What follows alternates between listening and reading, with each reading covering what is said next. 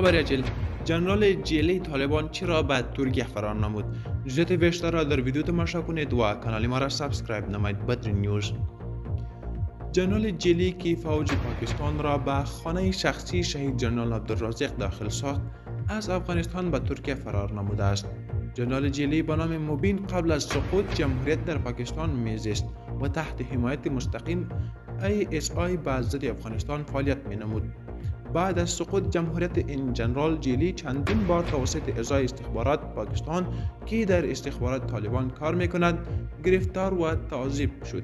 دلیل بی‌عزتی و زندانی شدن مبین حرف زدن به ضد ملا فضل الرحمن است.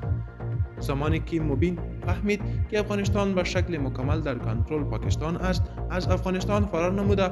او اکنون در ترکیه که یک کشور سکولار است زندگی می کند. این بود اخبار امروزی ما. تا اخبار دیگر کانال ما را سابسکرایب نمایید. وقت خوش و نگهدار.